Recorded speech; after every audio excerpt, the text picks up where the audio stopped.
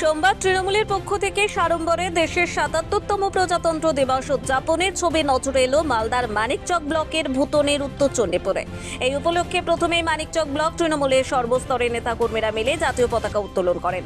পতাকা উত্তোলনের পর বর্ণাঢ্য ট্যাবলো সহকারে এক পদযাত্রা আয়োজন করেন, যা উত্তর চণ্ডীপুরের বিভিন্ন পথ পরিক্রমা করে, যাকে কেন্দ্র করে দেশাত্মবোধে উদ্বুদ্ধ হয়ে ওঠেন এলাকার সর্বস্তরের মানুষ।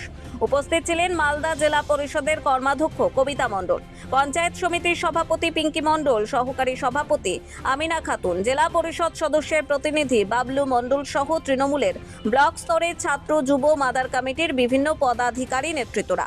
বর্ণাঢ্য পদযাত্রা গোটা এলাকা পরিক্রমা করার মধ্য দিয়ে প্রজাতন্ত্র দিবসের দিনের বিভিন্ন বার্তা তুলে ধরা হয়।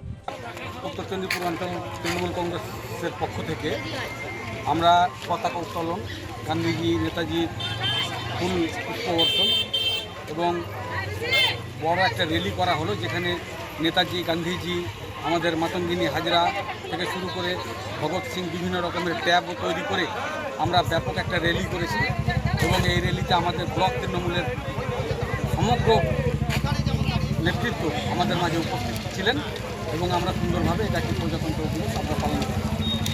আজকে দেখুন, যেখানে প্রচুর অগাধ উত্তর চণ্ডীপুর মানেই তৃণমূল, আর যেখানে অগাধ তৃণমূল সেখানে এক একজনের ভিতরে ক্ষোভ থাকতে পারে। আজকে ব্লক তৃণমূল নেতৃত্ব সকলে উপস্থিত ছিলেন, তাদের কাছে অভিযোগ করা এটা স্বাভাবিক, দু একজন হতে পারে। তবে আমরা উত্তর চণ্ডীপুর খুব শক্ত এবং শক্তিশালী তৃণমূল, এতে কোনো সন্দেহ নেই। মালদহ থেকে পরিতোষ সরকারের রিপোর্ট, কুলিক নিউজ।